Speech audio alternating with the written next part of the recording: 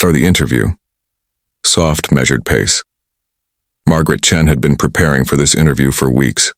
Single mother, 42 years old with a resume that had more gaps than she cared to explain. But this job, assistant to the CEO of Harrison Industries, it could change everything for her and her daughter. The morning of the interview, Margaret woke with a fever that made the room spin. Pause. She tried to get up, fell back, tried again. Her daughter stood in the doorway, all of 8 years old, holding a glass of water. Mom, you can't go, Lily said with the seriousness only a child who's grown up too fast can manage. I have to, sweetheart. We need this. We're gentle transition. But Margaret's body had other ideas. By 9 o'clock, she couldn't stand without the world tilting sideways.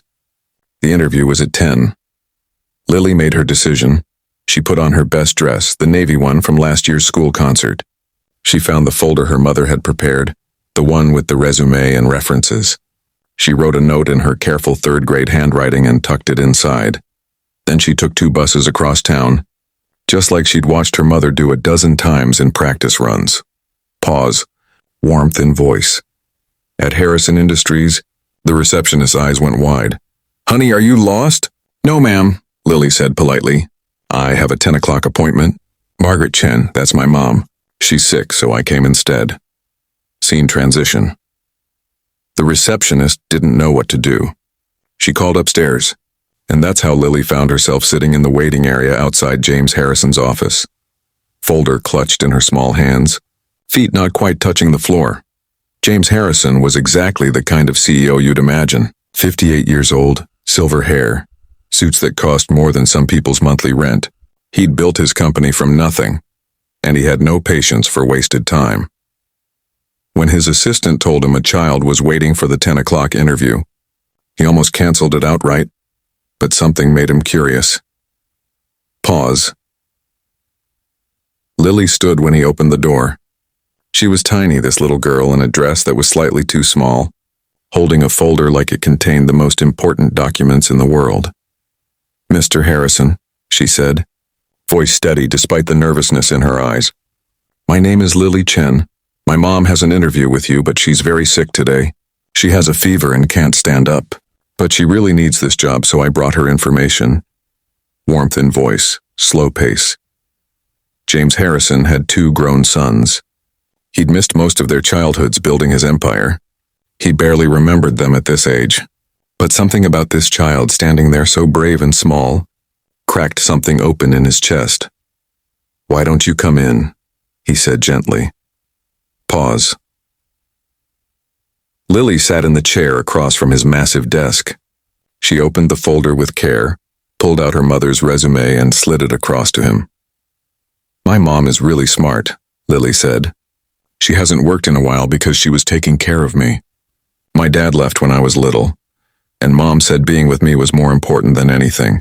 But I'm bigger now and in school all day, so she wants to work again. James looked at the resume. The gaps were there, 5 years, 6 years, but the experience before that was solid. Excellent references. Tell me about your mom, he said quietly. Gentle transition, emotional warmth, and Lily did. She told him how her mother helped with homework every night, even when she was tired from job hunting. How she made every meal special, even when they were eating rice and beans for the 3rd day in a row.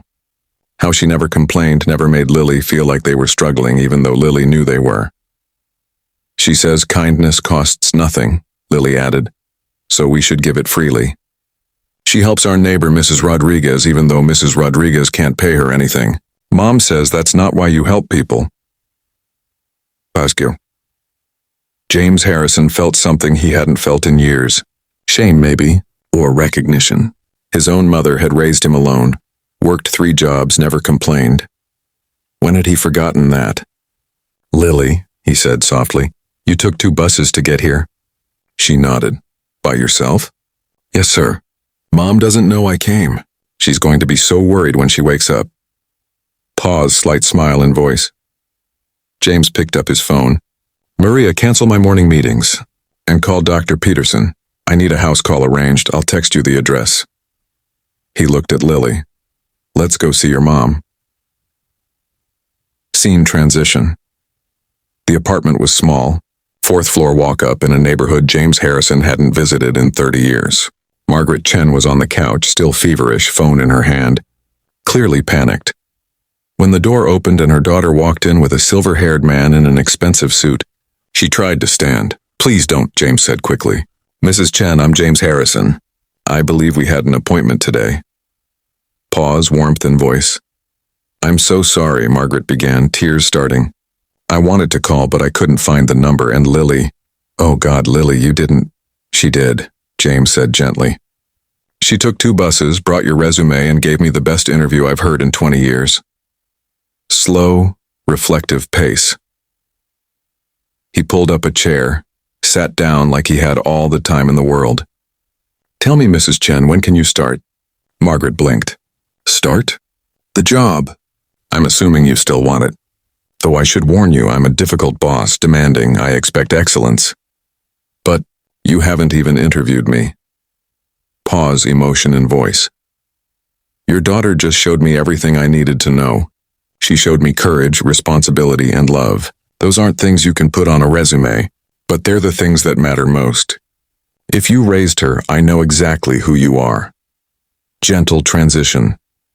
Margaret Chen started the following Monday. The job came with health insurance, good health insurance. It came with a salary that meant Lily could have new dresses that fit, and they could have fresh vegetables with their rice. But more than that, it came with something unexpected. Warmth in voice. James Harrison had a granddaughter now, he liked to say. Lily would visit the office sometimes, do her homework in the conference room. He taught her about business and she taught him about joy. She reminded him why he'd built his company in the first place, not for the money or the power, but to create something that mattered. To help people build better lives. Pause. Years later, when Lily graduated college, James was in the front row. Margaret beside him, both of them proud as any parents could be. And when reporters asked James Harrison about his success, about the secret to his company's growth, he'd smile and tell them about a little girl in a navy dress. Slow, reflective, close.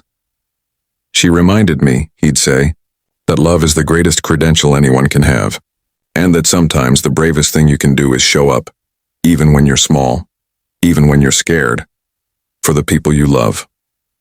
Final pause, gentle. Because that's what family does. And family isn't always about blood. Sometimes, it's about recognizing yourself in someone else's struggle and reaching down to help them up. Close. That's the kind of wealth that multiplies when you share. Total character count number 6947. Characters can trim if needed.